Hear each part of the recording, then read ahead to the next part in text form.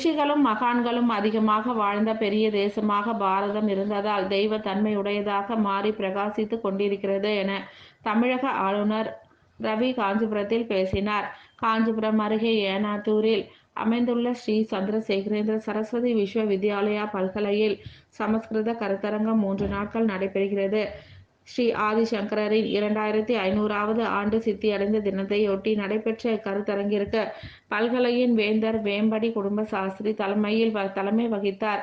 கருத்தரங்கை தொடங்கி வைத்து தமிழக ஆளுநர் பேசுகையில், பாரதம் என்பது மிகப்பெரிய தேசம். இங்கு வேறு எந்த நாட்டிலும் இல்லாத வகையில் பல ரிஷிகளும் மகான்களும் வாழ்ந்து பல நல்ல அறிவுரைகளை வழங்கி சென்றுள்ளனர் என பெருமையுடன் தெரிவித்தார்.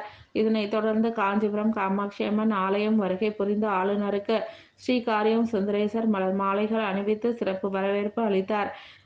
இதனைத் தொடர்ந்து ஆலய சாஸ்திரிகள் சார்பில் கும்ப மரியாதையுடன் வரவேற்கப்பட்டது. காமாட்சி அம்மன் தரிசனம் கொண்ட இவருக்கு ஆலய நிர்வாகம் சார்பில் பொன்னாடைகள் அணிவித்து கௌரவிக்கப்பட்டது.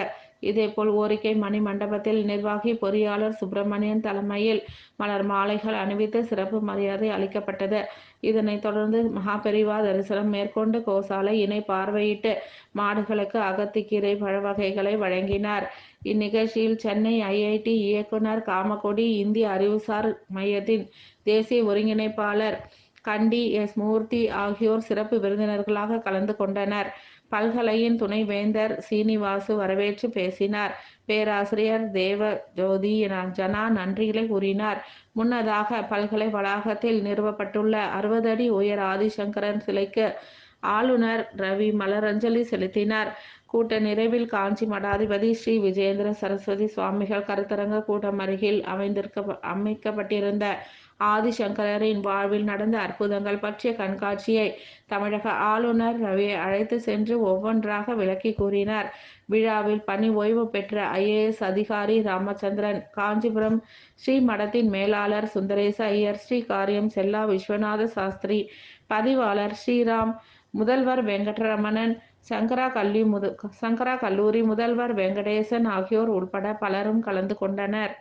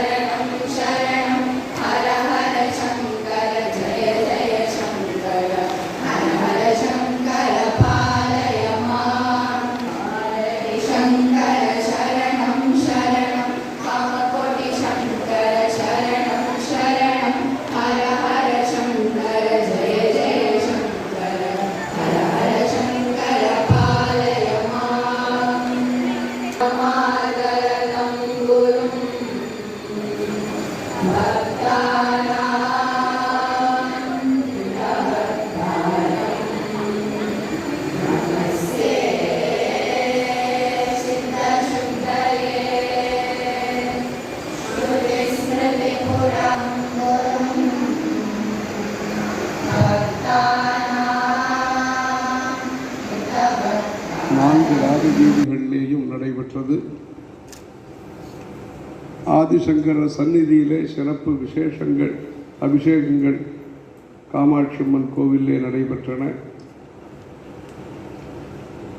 பல ஊர்களிலேயும் இந்த சங்கர ஜெயந்தி விழா சிறப்பாக கொண்டாடப்பட்டது. வருகிறார்கள். மண்டகுளத்தூர் என்று ஒரு ஊர் இருக்கிறது. சீஃப் ஜஸ்டிஸ் ஆந்திர தேசத்திலே, தெலுங்கானா மற்றும் ஆந்திர பிரதேசத்திலே 70க்கும் மேற்பட்ட இடங்களிலே அந்த சங்கர ஜெயந்தி விழா கொண்டாடப்பட்டது. கடந்த 10 வருஷங்களாக காஷ்மீர் பிரதேசத்திலே காஞ்சி காமகோடி பீடத்தின் மூலமாக உலக நன்மைக்காக விஸ்வசாந்தி யஜ்ஞம் என்பதாக ஸ்ரீநகர் காஷ்மீரத்திலே சங்கர ஜெயந்தி விழா கொண்டாடப்பட்டு வருகிறது. ஒரு பிரார்த்தனையாக அந்த விஸ்வசாந்தி யஜ்ஞம் என்பது கடந்த 10-12 ஆண்டுகளாக நடைபெற்று வருகிறது. மத்தியிலே அந்த கொரோனா சமயத்திலேயும் தடைப்பட்ட காலத்திலேயும் சிறிய அளவிலே நடைபெற்றது. அந்த காஷ்மீரத்திலே இந்த வருஷம் சாமவேத அறிஞர்கள் கலந்து கொண்டு அந்த சங்கர் ஜெயந்தி விழா நடைபெற்றது.